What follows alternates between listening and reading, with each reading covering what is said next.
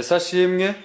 Tunejejwe no kubana namwe dufatanya muri iki cyigisho, twinginga Imana kugira ngo ize kubana natwe muri iki cyigisho tugiye kwiga, gifite insanganyamatsiko ivuga ngo mbese urambaye. Ni ikibazo umuntu wese akeneye kukibaza, ni ikibazo nkeneye kwibaza, ese ndambaye, urambaye?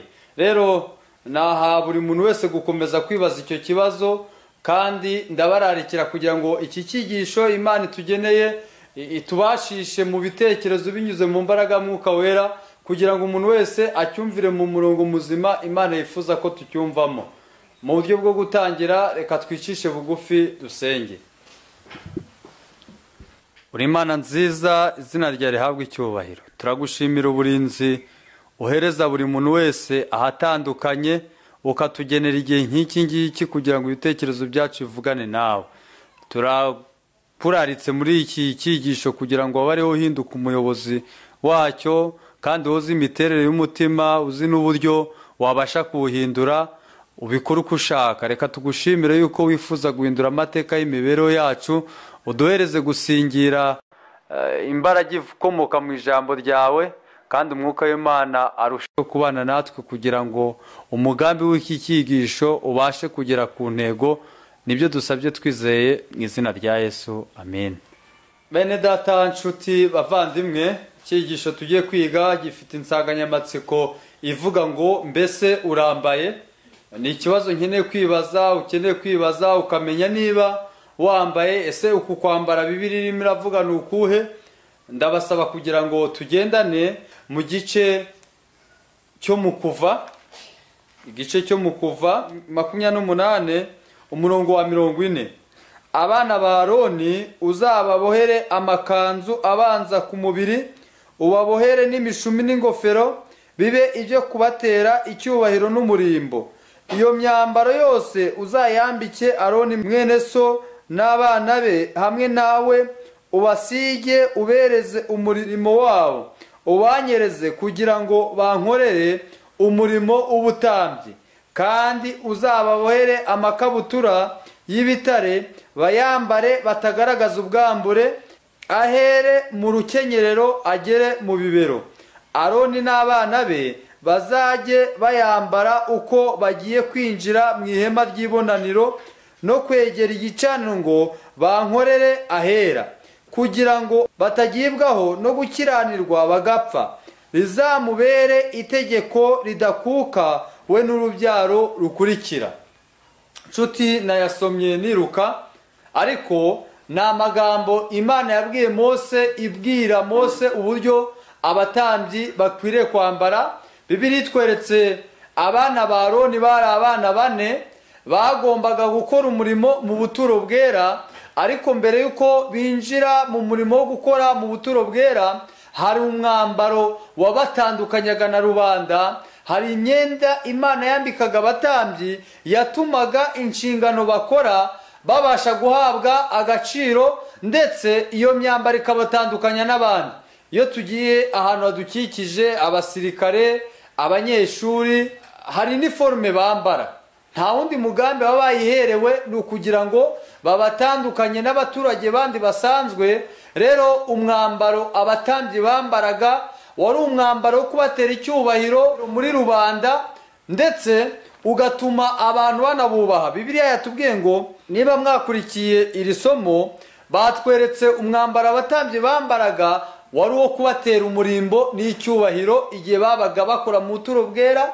Uretse no gukora mu buturo bwera, wabatandukanyaga n'abandi bantu. Rero uwo mwambaro abatambyi bambaraga wabanzagamo imbere wari umwambaro w'umweru, hakaza undi mwambaro w'ubururu, hagakurikiraho efodi umutambyi yambaraga. Tofimu ni imyambaro igera kuri 3, umwe w'umweru yabanzaga, uwa kabiri uw'ubururu, uwa gatatu ni efodi yambaraga hejuru, akambara igitambaro mu mutwe, ariko mu ndani akambaramo ikabutura. Bibiliya yatweretse umugambi w'iyo myambaro umutambyi yambaraga, ariko twibukiranya insanganyamatsiko y'icyigisho iravuga ngo mbese urambaye. kandi ahantu twahereye sinzi namuhumvishije, duhereye ku bana ba Aroni bakoraga mu buturo bwera. Ese ko icyigisho kirimo kirareba ababaga mu buturo bwera, ko hari imyambaro abatambyi bambaraga ariko bakayambara bagiye mu buturo bwera, ese umuntu yabihuza gute n'abariho ubu ngubu biyeguriye Imana bavuga ko ari mu bwami bw'Imana? Umuntu yabagereranya gute n'abakoraga mu buturo bwera bwo mu gihe cya Isiraheli? Iyo tugiye mu rwa mbere rwa Petero, hari uko umugaragu w'Imana yasobanura urwa mbere rwa Petero 2:9, ariko mwebweho muri ubwoko bwatoranijwe, abatambyi b'ubwami, ishanga ryera n'abantu Imana yaronse, kugira ngo mwamamaze ishimwe ry'abahamagaye, ikabakura mu mwijima ikabageza mu mucyo wayo w'itangaza. Kera ni mwari ubwoko, ariko none muri ubwoko bw'Imana. Kera ni muri akababarirwa, ariko none mwarababariwe. Iri somo ritweretse neza yuko hari abatambyi, ariko batari abatambyi bo mu buturo bwera, oya, ahubwo abatambyi b'ubwami. Cyakora mu buturo bwera bwari muri Isiraheli n'ubu bugihari, umuntu aramutse ahagiye ahasanga abatambyi, ariko batari gutamba mu bwami, oya, ahubwo ari abatambyi bari gukora mu buturo bwera. Icyakora Yesu atoranya abayobotse ubwami bwe. Iyo usomye Matayo 24:14 harimo amagambo avuga ngo, kandi ubutumwa bwiza bw'ubwami buzigishwa mu mahanga yose, nibwo imperuka izahera kwiza. Rero abo Yesu ahamagara abinjiza mu bwami, akabahindura abatambyi b'ubwami. Ntabwo ari abatambyi b'ubuturo bwera, ahubwo ni abatambyi b'ubwami, banyuranye n'abatambyi babaga mu Isiraheli. Abatambyi babaga mu Isiraheli ntabwo bari abatambyi b'ubwami, ahubwo bari abatambyi bo mu buturo bwera. Kuko turamutse tuvuze yuko ikigeranyo tugiye gufata cy'abatambyi hano mu Kuva, uburyo bagiye kugereranywa n'abatambyi b'ubwami, niho nshaka ko dutinda, kandi ndasaba Imana kugira ngo iki cyigisho kigufashe nanjye kimfashe. Yesu agaragaje yuko hari abantu bayoboka ubwami bwe, kandi akabahindura abatambyi. Iyo tugiye mu Byahishuwe igice cya mbere umurongo wa 6, haranditse ati, akaduhindura abami n'abatambyi b'Imana ye, ariyo na Se, icyubahiro n'ubutware bibe ibye iteka ryose. Abantu Yesu yahamagaye akabinjiza mu bwami bwe, abahindura abatambyi b'ubwami. Rero ntabwo ari ba batambyi twasomye mu Kuva 28:40, ahubwo hari n'abatambyi Yesu ubwe yitoranyiriza. Ariko abo yatoranije hari imyambaro abambika. Iyo myambaro abambika iboneka mu Byahishuwe igice cya 3 umurongo wa 5. Unesha ni uzambikwa imyenda yera, kandi sinzahanagura izina rye na hato mu gitabo cy'ubugingo. Hari umwambaro Yesu yambika abayobotse ubwami bwe. Uyu mwambaro iyo tujye mu Byahishuwe 19 umurongo wa 7, haranditse ati, tunezerwe twishime tuyihimbaze, kuko ubukwe bw'umwana w'intama busohoye, umugeni akaba yiteguye, kandi ahawe kwambara umwenda w'igitare mwiza urabagirana utanduye.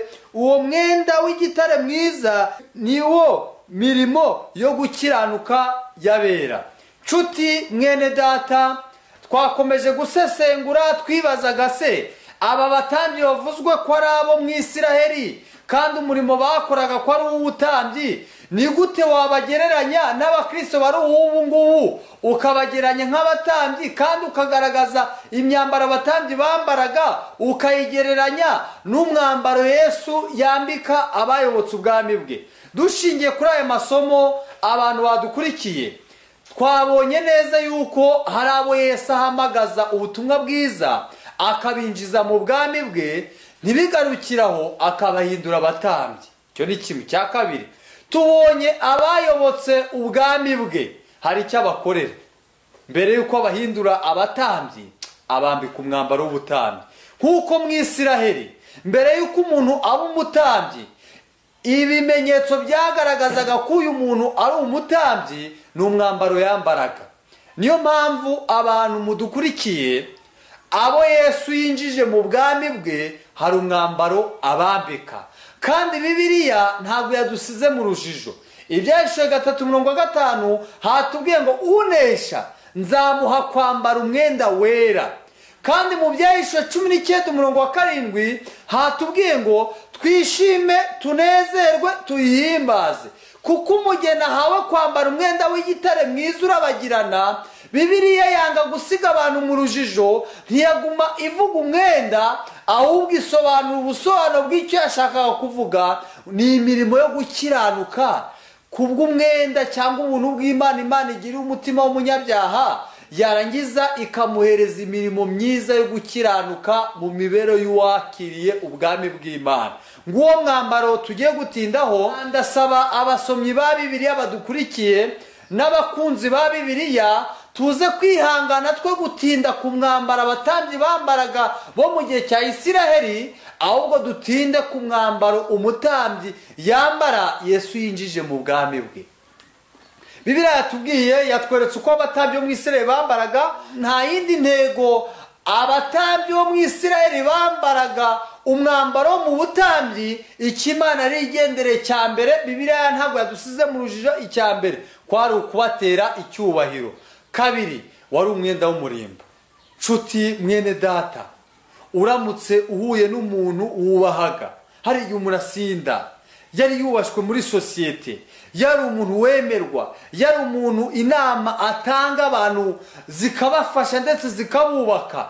Tekereza uwo muntu yarize se cyangwa hari iterambere afite mu muryango w'abantu bamwubahira, no mu muryango no muri sosiyete. Ngaho hura nawe yambaye ubusa. Mwene data, icyubahiro yari afite mu maso yawe, uburyo wamwubahaga, ahita ateshwa agaciro mu maso yawe. Kubera iki? Kubera nta mwambaro. Umwambaro rero uwambaye umuhesha agaciro muri sosiyete. Kugira ngo mwumve uburemere bw'umwambaro, iyo umuntu agiye mu bukwe agerageza gukoresha ibishoboka byose ikoti rye akarikoraho, agakoresha ibishoboka byose inkweto akayisiga, agakoresha ibishoboka byose bikamuhenda, akambara neza kuko abavuga ngo abantu barandeba. Uzi ko hari n'igihe n'umuntu atambuka, abantu wamubaza ngo umuntu utambutse yanasa gute, ntakubwire uko asa, ariko akakubwira umwambaro yambaye. Umwambaro ni umwe mu bikoresho bigaragaza umuntu.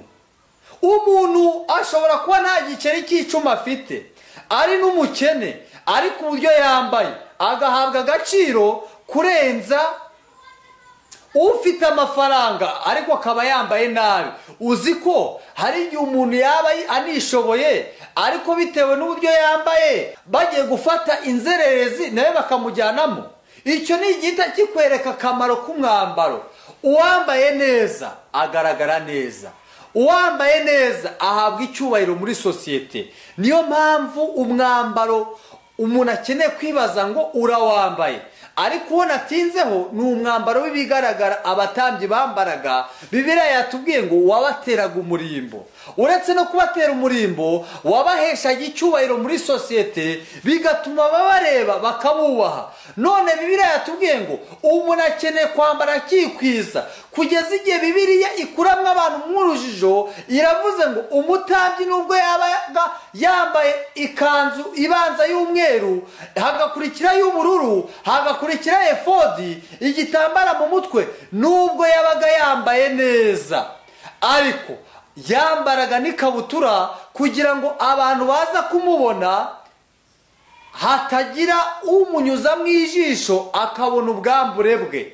Mwene data, nshuti, muvandimwe, Bibiliya ko yatubwiye ngo hari umwambaro ijuru ryambika umuntu wayobotse ubwami bw'Imana, kandi uwo mwambaro nta wundi mugambi w'umwambaro twawubonye ni ukugutera umurimbo. Icya kabiri ni ukuguhesha icyubahiro muri sosiyete.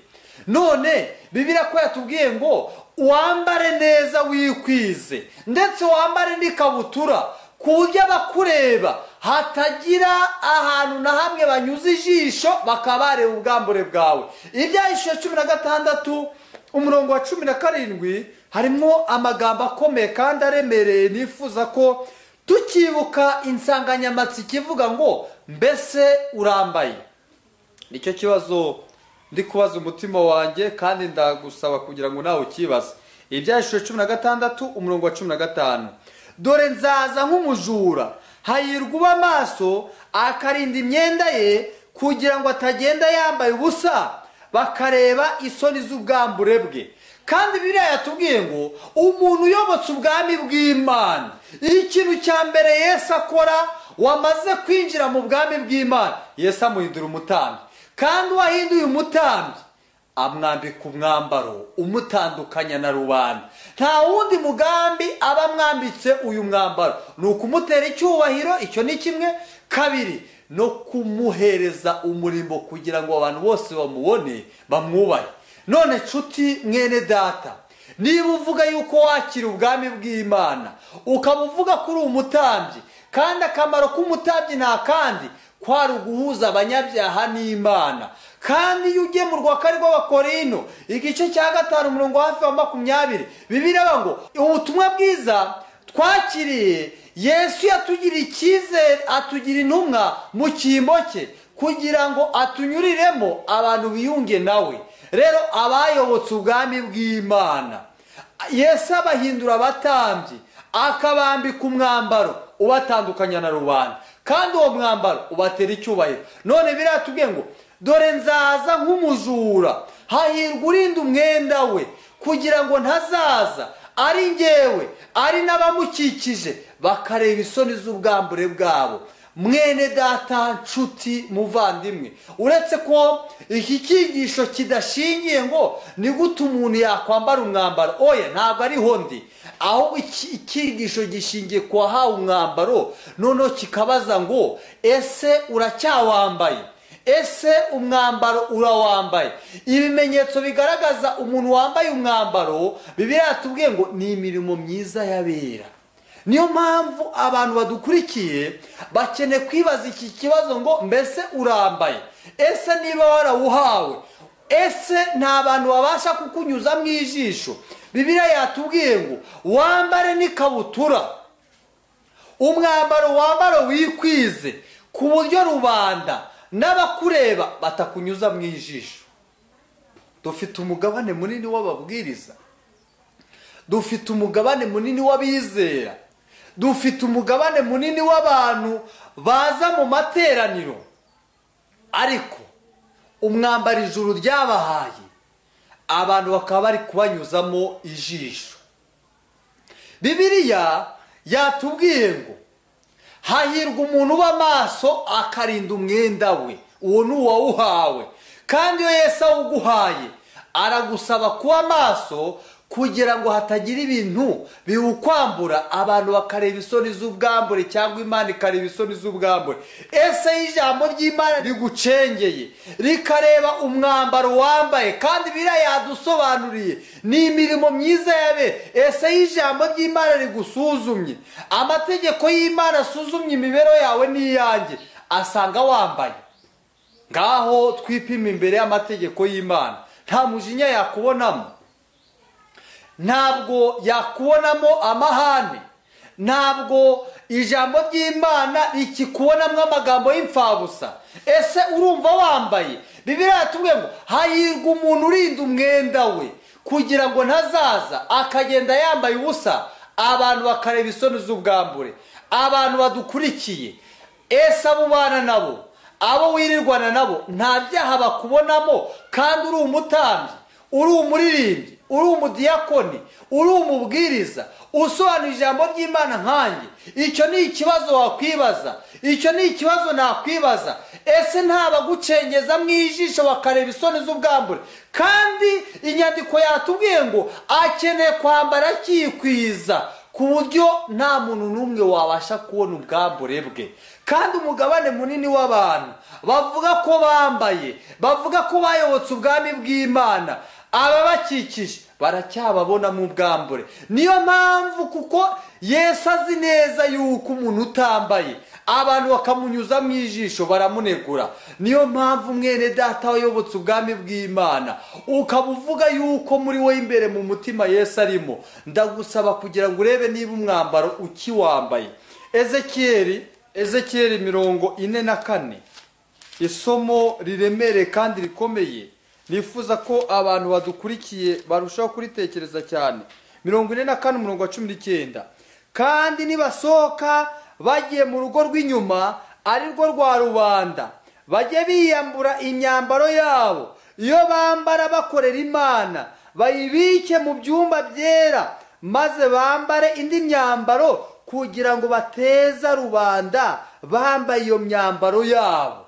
Nshuti mwene data, ndagusaba ninginga mu mutima kugira ngo aya magambo uyahereze uburemere muri wowe, nanjye nyahereze uburemere muri nge. Arimo arareba abatambyi, arimo arareba abantu bayobotse inzira y'Imana, arimo arareba ababwiriza bavuga yuko bahawe inshingano n'ijuru, arimo arareba abantu bahagarariye iby'Imana mu madepartema atandukanye cyangwa mu byiciro by'aho babarizwa mu nsengero. Arareba umutambyi wita yuko yayobotse ubwami bw'Imana, arareba abantu bose bavuga yuko ijuru ryabagiriye icyizere kugira ngo bahinduke urumuri. Bibiliya iratubwiye ngo umutambyi wagiriwe icyizere n'Imana hari umwambaro yambaraga.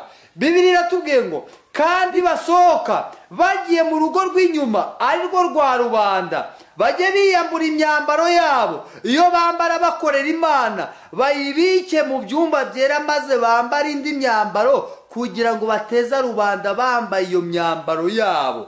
Umutambyi wagiriwe icyizere agahabwa umwambaro akambara akikwiza, icya mbere Imana yamusabaga kuguma mu buturo bwera, kandi agakomeza akambara uwo mwambaro igihe ari mu buturo bwera, ari mu mirimo y'Imana. Igihe kuba mu buturo bwera byamunaniraga, igihe gukomeza kuba mu mirimo y'Imana mu buturo bwera byamunaniraga, ikintu Bibiliya kuko itanga umudendezo, Bibiliya iravuga ngo niyumva muri we akararira ko kujya muri rubanda kamuzamutsemo, akumva muri we ashaka kujya muri rubanda, akumva muri we harimo ibibyiganira, atagikomeje gukomeza kuguma mu buturo bwera, atagikomeje gukora umurimo mu buturo bwera, akumva muri we iyo mibereho imubangamiye, kuramo umwenda ugaragaza kuri umutambyi. Numara kuwukuramo kugira abantu baza kukubona utabasigamo urujijo, ahubwo uwusige mu buturo bwera ujye muri rubanda. Mwene data, niba ari amagambo yaremereye ubwonko bwanjye, numva nteye ubwoba, hindishije umushitsi ubuzima bwanjye, n'aya magambo mbasomeye araremereye cyane. Impamvu ya mbere aremereye cyane, Abisiraheli ubuturo bwera ukuntu bwari bwubatswe ariko inyuma y'ihema cyangwa y'inzu y'Imana cyangwa inyuma y'ubuturo bwera hari imiryango 12 ikikije ubuturo bwera. Igihe umutambyi yabaga yumva imirimo yo gukorera Imana mu buturo bwera, gukomeza kwambara umwambaro Bibiliya yawe udusobanuriye, hari umwambaro bigaragara abatambyi bambaraga, ariko Bibiliya yawe udusobanuriye neza yatubwiye ngo ni imirimo myiza yabera. Igihe umuntu kubaho afite imirimo myiza, urukundo, amahoro, gukiranuka, kunesha icyaha, igihe yumva iyo mibereho imurambiye akumva ashaka kuwuzana rubanda, Bibiliya yatubwiye ngo akuremo uwo mwambaro awusige mu buturo bwera kugira ngo najya muri rubanda adasigamo urujijo.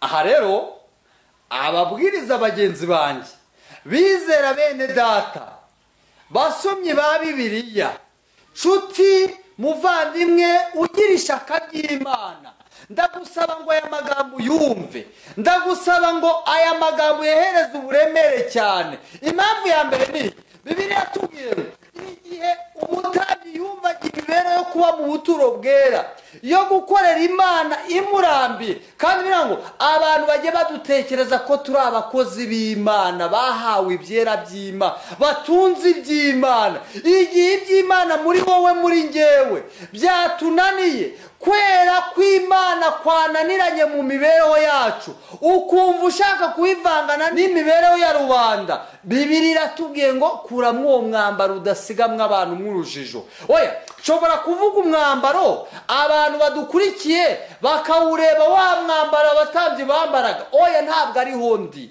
ahubwo Bibiliya yadusobanuye mu buryo bw'umwuka umwambaro nyirizina umutambyi yambaraga.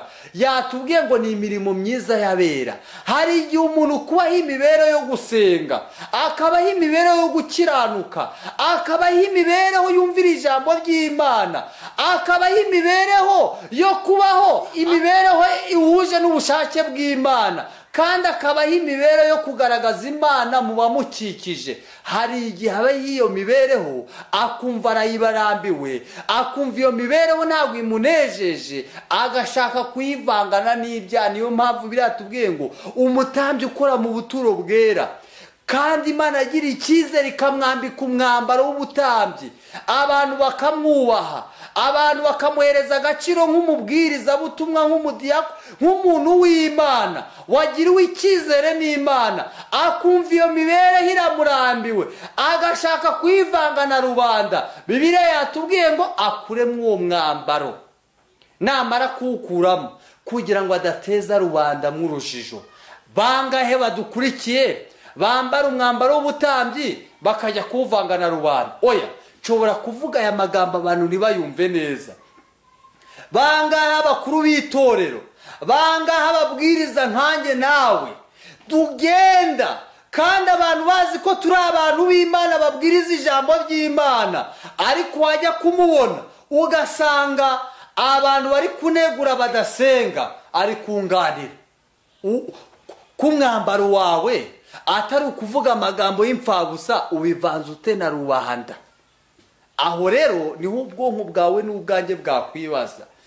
Kuvuga yuko uri umuntu w'Imana, watoranijwe n'Imana, wahamagawe n'Imana, gute ubuhehesi butangira kugufata mu ntekerezo? Kandi iyo mibereho ni y'abantu badasenga. Ubusambanyi, iyo ni imibereho y'abantu badasenga. Gute umutambyi Imana yahaye umwambaro wo gukiranuka atangira kuwuvanga n'uwa rubanda? Bibiliya yatubwiye ngo niwumva imibereho yo kwera no gukiranuka yakunaniye, kuramwo umwambaro. Abantu rero barashaka gufatanya umwambaro w'ubutambyi bakawuvanga n'uwa rubanda, kandi uwa rubanda ni imibereho yo kurwanya Imana, uw'abatambyi ni imibereho yo guhesha Imana icyubahiro, kuko naho wambarwa nahera. Nshuti mwene data, niba uvuga yuko wayobotse ingoma y'Imana, kubera ko usiga muri rubanda mw'urujijo, Bibiliya yatubwiye ngo niwumva imibereho yo kubaha Imana yo gusenga ikurambiye, ukumva imibereho yo kubana n'Imana mu ijambo ry'Imana, iyo mibereho ikunaniye, kuramo. Kubera iki ukomeza gusenga ukiga ijambo ry'Imana ariko ukabivangana n'ibyaha? Ko imibereho y'abantu bakora ibyaha ko ari abantu badasenga, gute umuntu usenga abivangana n'ibyaha? Kuramwo umwambaro wo kwambara umwambaro w'ubutambyi ngo ujye kuwuvangana na rubanda, kugeza igihe rubanda rusigara ruvuga ngo nawe usenga. Bangahe badukurikiye ayo magambo ntabwo wigeze uyumva mu matwi yawe? Umugore akakubwira ngo kuvuye gusenga ariko ukabuvuga nabi. Ese abantu badukurikiye bangahe basenga bakiga ijambo ry'Imana, bakagira aho babarizwa mu nsengero, ariko abantu birirwana mu buzima busanzwe, ukaba utatinyuka kubabwira iby'Imana bashingiye ku mibereho mubanye? Wababwira gute iby'Imana kandi umwambaro wambaye w'ubutambyi wawuvanze n'uwa rubanda? Nguwo mugabane munini w'abantu bari mu nsengero bafata umwambaro w'ubutambyi bagashaka kuwuvanga n'uwa rubanda, bigasoza Imana isebeshejwe muri rubanda. Ese abantu badukurikiye, wigeze urya ibishyimbo? Ndabizi neza iki gihugu mu biribwa biribwa cyane muri iki gihugu cyacu no hanze yacyo, ibishyimbo biri mu biribwa cyane. Ese uwabiriye akaryamo ikirura yabigenjeje ate? Icya mbere, iyo ariyemo ikirura niba byarakubayeho byagenze gute? Igisubizo ni iki, byose warabiciriye. Iyo umuntu w'Imana usenga wagiriwe icyizere n'Imana agahabwa umwambaro kugeza igihe abantu babikubahira akavuga turiya ni umukirisitu, ni umudiyakoni, ni umuntu w'Imana, ni umuntu ukunda iby'Imana, bajya kubona uwo mwambaro urawambaye, bajya kukubona bakabona mu bantu bari kubesha nawe urimo, abantu baratungurwa. ngo uwo mugabane w'abantu iyo ufashe umwenda w'ubutambyi wari ukwiriye kuwukorera mu buturo bwera, umuntu akawujyana muri rubanda, kandi muri rubanda ntabwo umwenda w'umutambyi yemeraga kuwujyanayo, ahubwo yasiwusigaga mu buturo bwera akajya mu mibere ya rubanda yambaye isa n'iya rubanda. None ikibazo, abantu barasenga biga ijambo ry'Imana, ni abakirisitu bafite inshingano mu matorero babarizwamo, ariko barengaho uwo mwambaro bambaye w'ubuturo bwera bakawujyana bakawuvanga na rubanda. Rero amategeko yagengaga abatambyi yarabasabaga ngo umwambaro niba uwambaye ukwiriye gukora mu buturo bwera, niba wumva imibereho yo gukora mu buturo bwera ikunaniye kuramo. Nshuti mwene data, ho kugira ngo usigemo abantu urujijo bimere nk'ibyo bishyimbo umuntu arya birura byose bakabicira. Hari abantu b'Imana bakorera Imana, basenga Imana by'ukuri, bahindutse, ariko ku bwa mugenzi wabo wambaye umwambaro yagiye kuvanga na rubanda barabacira nabo. Ugasanga umuntu bitewe n'uburyo asenga ariko atahindutse, bakavuga ati abantu baba ngo barasenga barabesha.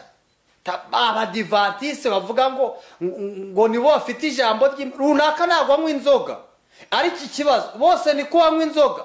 Ngo runaka si ureba sasengana nabo, reba ukuntu ameze. Oya, impamvu bacira abantu bose ni ukubera kudahinduka kwawe nanjye. Niwumva imibereho yo gusenga ikunaniye, kuramo uwo mwenda, we gukomeza kujijisha abantu usenga, wiga ijambo ry'Imana, ubarizwa n'aho iby'Imana bibarizwa, usigemo abantu urujijo. Niyo mpamvu biratubwiye ngo umutambyi niwumva iyo mibereho imunaniye nakuremo. Iyo tugiye muri Zakariya igice cya 3, nshuti mwene data ndahakurarikiye kugira ngo tugendane muri iki cyigisho. Zakariya igice cya 3 umurongo wa 1. Maze anyereka Yosuwa umutambyi mukuru ahagaze imbere ya marayika w'Uwiteka, na Satani ahagaze iburyo bwe ngo amurege. Uwiteka abwira Satani ati, Uwiteka aguhane yewe Satani, niko ku Uwiteka watoranyije Yerusalemu aguhane, mbese uwo si umushima ukuwe mu muriro? Kandi Yosuwa yari yambaye imyenda y'ibizinga ahagaze imbere ya marayika. Marayika abwira abari bamuri imbere ati, nimumwambure iyo myenda y'ibizinga. Maze abwira Yosuwa ati, ngukuye gukiranirwa kwawe, kandi ndakwambika imyambaro myiza cyane. Ndategeka nti, nimumwambike igitambaro cyiza mu mutwe. Nuko bamwambika igitambaro cyiza mu mutwe, bamwambika n'imyenda. Marayika w'Uwiteka yari ahagaze aho. Nshuti mwene data, uyu ni umutambyi wambaye umwambaro ariko w'ushwambagara, kandi umwambaro w'ushwambagara abantu bawunyuza mu ijisho. Umuntu wambaye ateshwa agaciro muri sosiyete, uwambaye ntagaragara neza. Ese uyu mwambaro umutambyi yambaye, nawe ibaze ni umutambyi ariko wambaye umwambaro w'ushwambagara. Kandi Bibiliya tuvuga ngo umutambyi umwambaro yambaye urabe wera, urabe wera. Impamvu ki wagombaga kwera? Nuko uwo washushanyaga nawe yareraga. Niyo mpamvu nkuko twabonye umwambaro ijuru ryambika umuntu, ni umwambaro w'igitare mwiza urabagirana ngo ariyo mirimo myiza yabera. N'umuntu Yesu yinjije mu butambyi mu bwami bwe, imibereho ye, ubuzima bwe bukeneye kubaho imibereho yera. Uyu ni umutambyi wambaye umwambaro w'ibizinga. Ese iyo bibiri ikoresheje ijambo ngo umutambyi wambaye umwambaro w'ibizinga, nawe wibaza umutambyi wari ukwiriye kwambara umwenda umuhesha icyubahiro muri rubanda, wari ukwiriye kwambara umwenda umutera igikundiro abantu bakamukunda, yambaye umwenda w'ubushwambagara. Mwene data nshuti, imibereho yawe, ubuzima ubayemo, urumva bwatera abantu igikundiro ku buryo abantu bakwifuza kumva amagambo imibereho yawe bakavuga ngo iradufasha, cyangwa imibereho yawe ibera abantu igisitaza, nta gikundiro, ntabwo ishamaje yatuma abantu banezezwa no kubana nawe. Ese umwambaro wambaye ugutera icyubahiro ku buryo amagambo uvuga bavuga ati ubwo ari umuntu w'Imana uyavuze, ibyo avuze ni ukuri, ku buryo inama uhereza umuntu ayihereza agaciro kubera imyitwarire yawe. Mwene data nshuti, urumva imyitwarire yawe iyanjye yatuma rubanda ruguhereza agaciro. Niyo mpamvu abantu badukurikiye, umwambaro umutambyi yagombaga kwambara umwambaro wera. None uyu nguyu we yambaye umwambaro w'ubushwambagara. Yesaya yavuze iby'uyu mwambaro, Yesaya 35 asobanura iby'uyu mwambaro umutambyi Yosuwa yambaye. Yaranditse 34:5, kuko twese twahindutse abanduye, kandi n'ibyo twakiranutseho byose bimeze nk'ubushwambagara bufite ibizinga. Mwene data, nguyu mwambaro umutambyi yari yambaye. Uyu mwambaro yatubwiye ngo ni imirimo myiza y'abera. None ahangaha Yesaya agiye kuvuga ngo kuko twese twahindutse abanduye, kandi n'ibyo twakiranutseho byose bimeze nk'ubushwambagara. Ubushwambagara Bibiliya ishatse kuvuga ni umwambaro umuntu yambaye w'ubutambyi ariko w'ubushwambagara. Iyo wavuze ngo umwambaro w'umutambyi yambaye w'ubushwambagara, icyambere Yesaya warabivuze ngo kuko twese twahindutse abanduye, kandi n'ibyo twakiranutseho byose. Yesaya abigereranije n'ubushwambagara, kandi umutambyi twabonye wari wambaye nawe yambaye umwenda w'ibizinga w'ubushwambagara. Uyu mwenda w'ibizinga icyo ushatse kuvuga ni ikihe umutambyi yambaye? Cyambere ni igihe, kuko Bibiliya yatubwiye umwambaro bwawe ni imirimo myiza y'abera. None uyu we n'ubushwambagara ni ibikorwa byiza umuntu avangana n'ibyaha. Urugero, ushobora kwirinda, ukirinda gusambana, icyo cyaha ukaba utagikora, ariko imbere mu ntekerezo uheheta. Yego wakiranutse kudafata umugore w'abandi cyangwa umukobwa w'abandi cyangwa umusore w'abandi cyangwa umugabo w'abandi, ariko imbere mu bwonko icyaha cy'ubuhehesi uracyabarwa nk'umusambanyi. Nguwo mwambaro w'ibizinga umutambyi yari yambaye. Ushobora kudatwara icyo umuntu ngo kibe, ukagerageza icyo cyaha ukaba utagikora, ariko mu ntekerezo ubona iby'abandi ukabyifuza. Nguwo mwambaro w'ubushwambagara. Washoboye kudatwara iby'abandi, ariko mu ntekerezo urabyifuza. Iki cyaha kirimo kiravuga ngo ushobora kudatukana, ntunarwane, ariko imbere mu bwonko bwawe ufite umujinya. Yego wateye intambwe nturwana, wateye intambwe nziza ntabwo utongana, ariko imbere mu bwonko iyo umuntu akubwiye nabi nubwo utarwana ngo utongane, ariko ugira umujinya. Nguwo mwambaro w'ubushwambagara. Kandi umugabane munini w'abadukurikiye, nguwo murongo tubarizwamo, ni ukugaragara neza inyuma, ariko imbere mu bitekerezo imitima itarahindutse. Nguwo mwambaro umutambyi Yosuwa yari yambaye, kandi umugabane w'abadukurikiye nguwo mwambaro bambaye. Nabo babarizwa muri iki cyiciro cy'uyu mutambyi, bagiriwe icyizere n'Imana, binjizwa mu bwami bw'Imana, bahabwa ubuntu bw'Imana, ariko umwambaro bambaye ni uw'ubushwambagara, ni imirimo myiza bavangana n'icyaha. Bagira ikintu cyitwa urukundo rwo gufasha abantu, ariko wabafashije yabanegura cyangwa ntabashime. Aravuga ngo umuntu mfashije ntashime, sinzongera kumufasha. Umuntu nafashije yarangiza akaba nkoreye ibi, kandi namufasha. Urumva umwambaro w'ubushwambagara abantu bambaye. umuntu arabwiriza agashaka icyubahiro cy'abantu ngo nabwirije ariko ntago banshimye. korari iraririmba indirimbo yafashije abantu ngo impamvu batavuze amena nimutongera kuyivuga turiyicarira. urumva umwambaro w'ubushwambagara barimo barakora ibikorwa byiza kugira ngo abantu babarebe. kandi Bibiliya ngo umuntu nakora igikorwa cyiza ukuboko kw'ibumoso niko uzamenya icyo akoze. ntazashake gushimwa n'abantu ahubwo Imana ireba ibyihishe aba ari izabibona.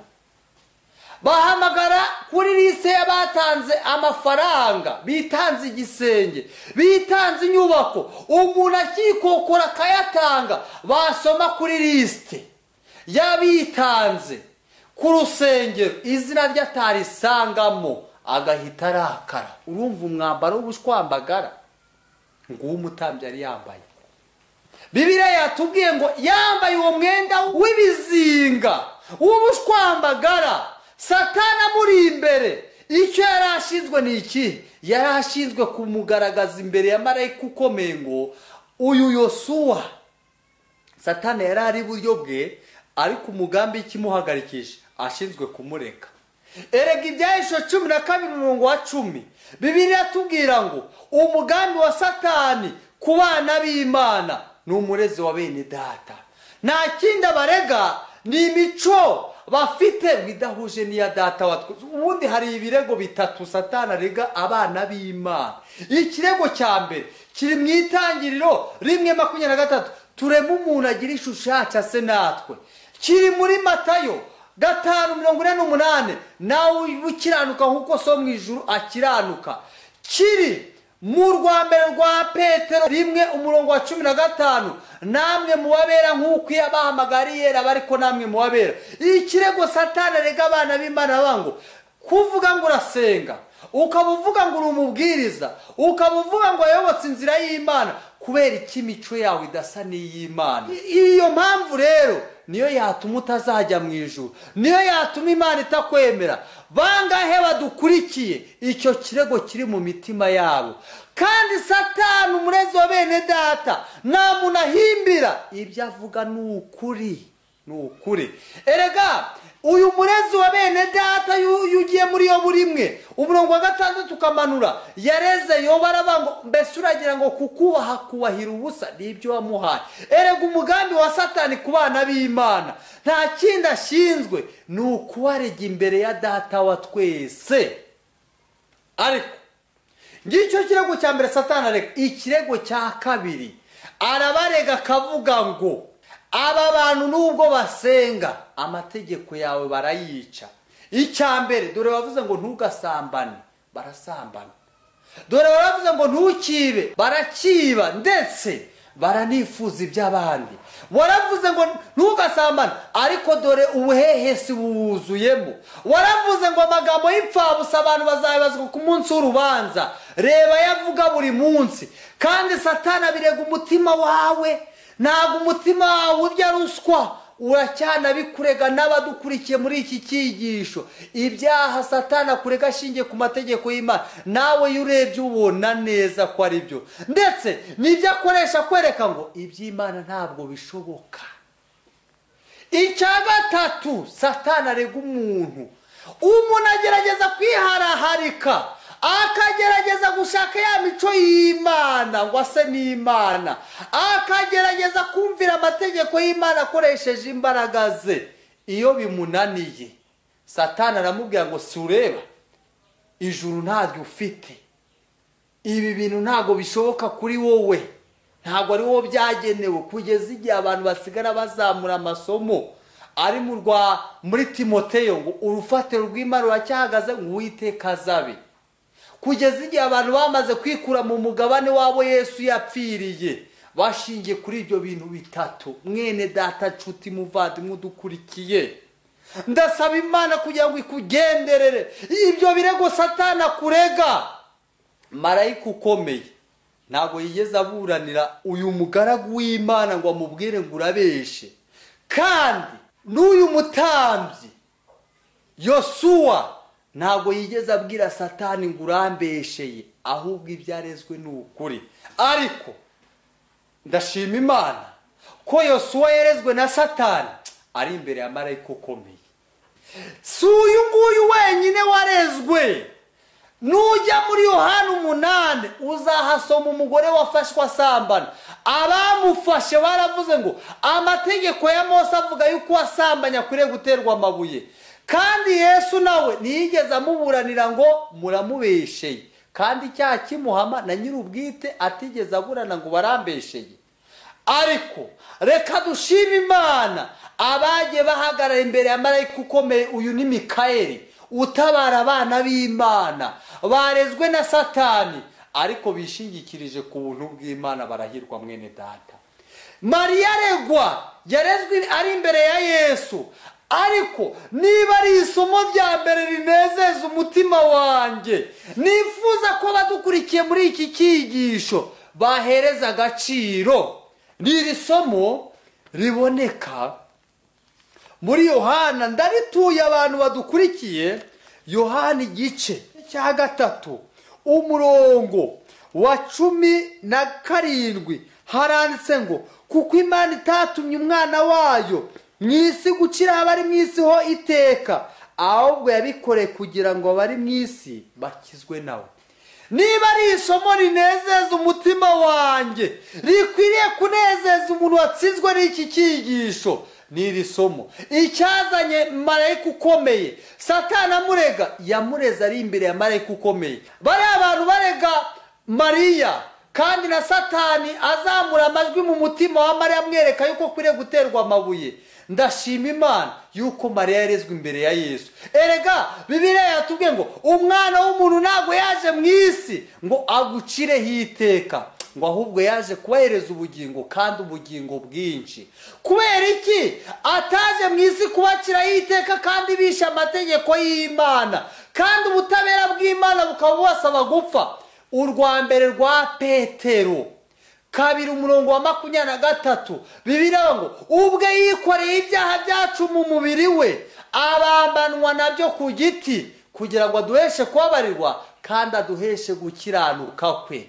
Ndashima Data wa twese kuregwa ibyaha, gushinjwa ko wambaye umwenda w'ushwambagara kandi uri umuntu w'Imana ukabiregwa, ariko icyama ngo umutima wawe ubirezwe uri imbere y'ibirenge bya Yesu. Kandi ababirezwe bari imbere ya Yesu yagiye atangariza ngo Uwiteka guhane yewe Satani. Uwari umurezi wavugaga yuko umuntu akwiriye gucirwa iteka uyu mutambyi, ndashima Imana yuko uhagaze imbere ya Kristo amuhindura umwere n'umuziranenge.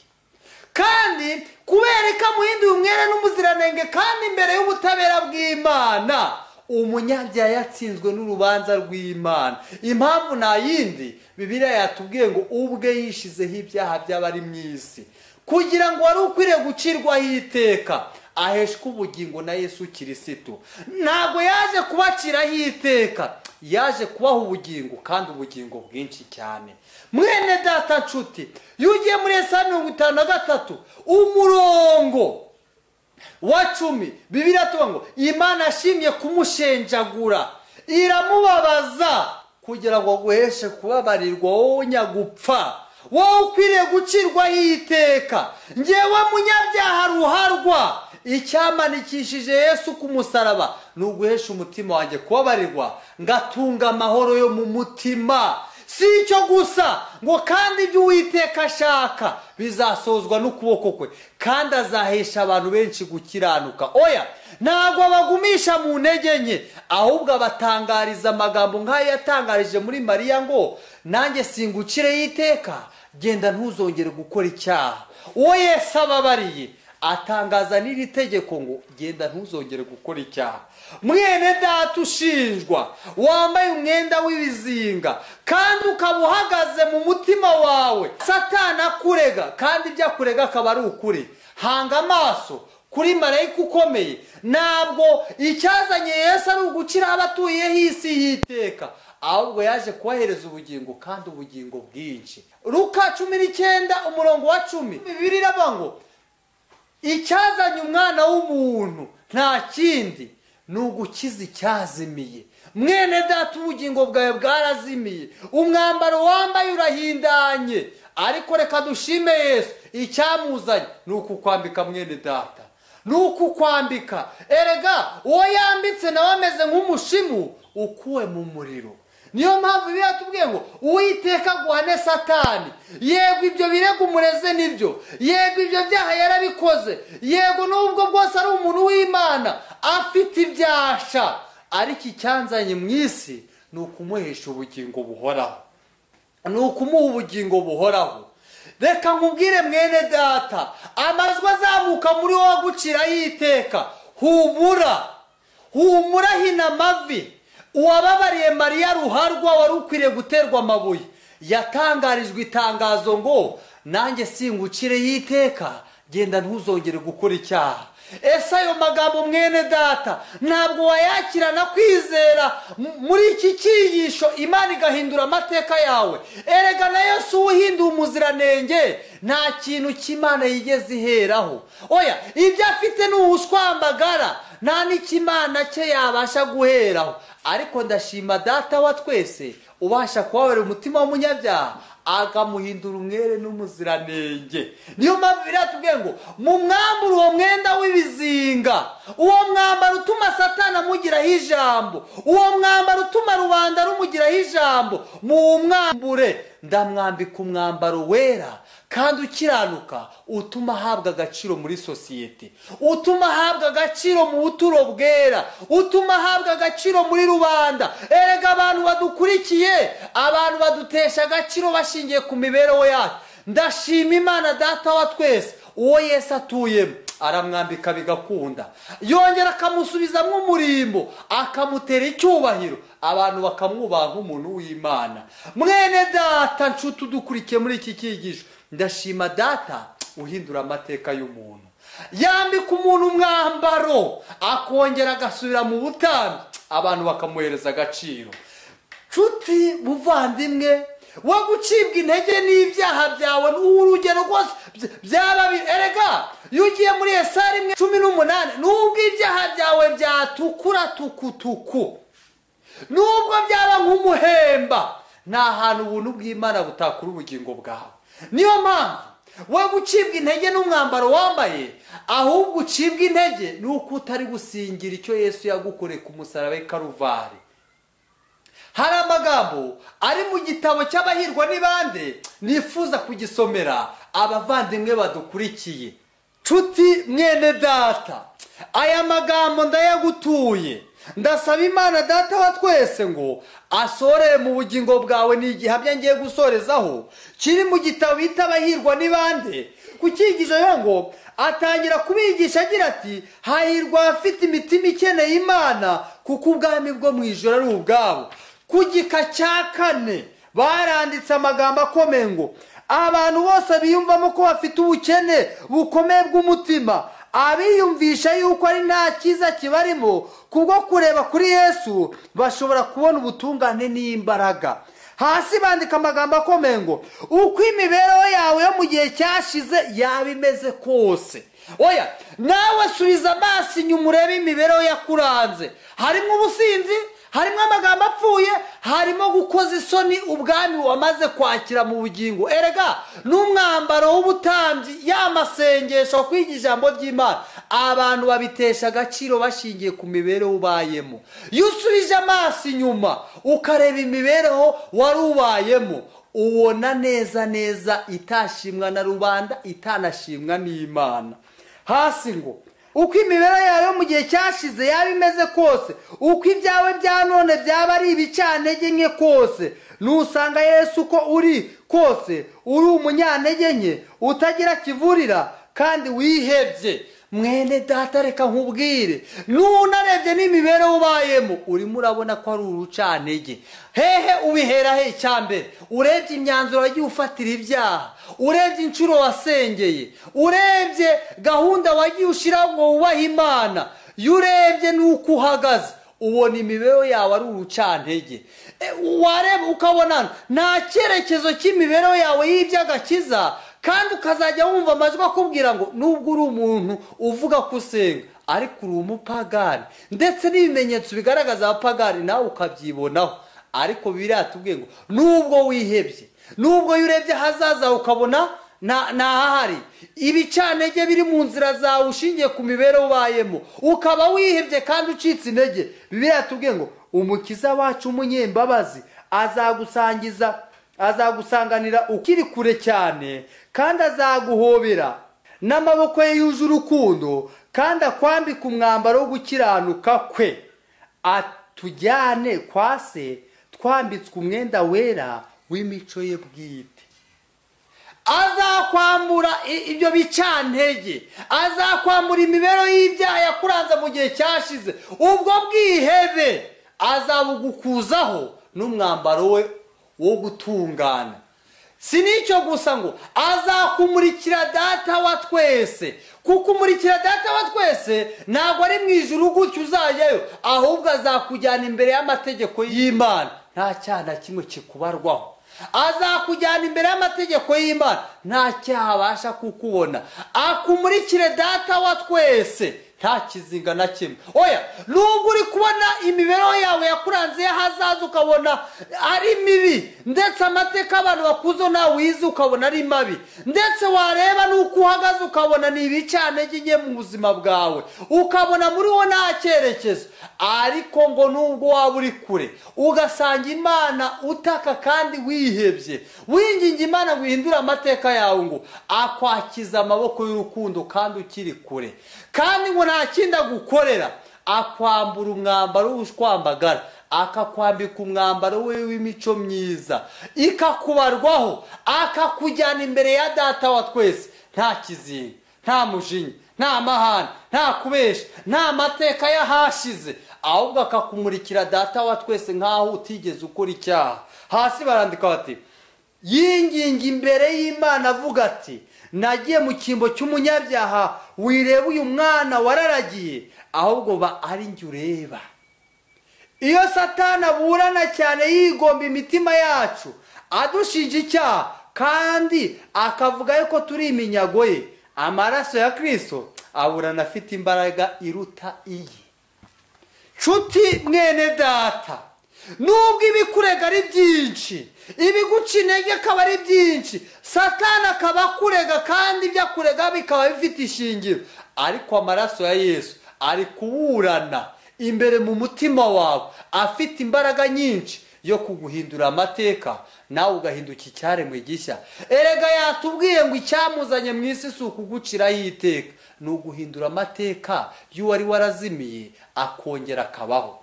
Ndakurarikira mwene data kwishira amaboko y'Imana, kandi ngo imbaraga iva mu ijambo ry'Imana ihindura amateka yawe. Nibyo ngusabira nanjye nisabira mu izina rya Yesu, amina. Reka twicishe bugufi nk'uko twatangije isengesho, aba ari naryo dusozanya, ninginga Imana kugira ngo igire icyo ikora mu mutima wawe. Urakoze Yesu, izina ryawe rihabwe icyubahiro. Turagushimira ko ijambo ryawe rihagarariye, kandi hari ibidasanzwe rikoze mu bugingo bwacu. Ari nge, ari n'abakurikiye iki cyigisho, iyi mico ukomeze uyiremere muri twe, kandi tuyemeranye n'imitima yizeye ko bihaye imitima yacu, uduhereze kubigenderamo mu izina rya Yesu, amen.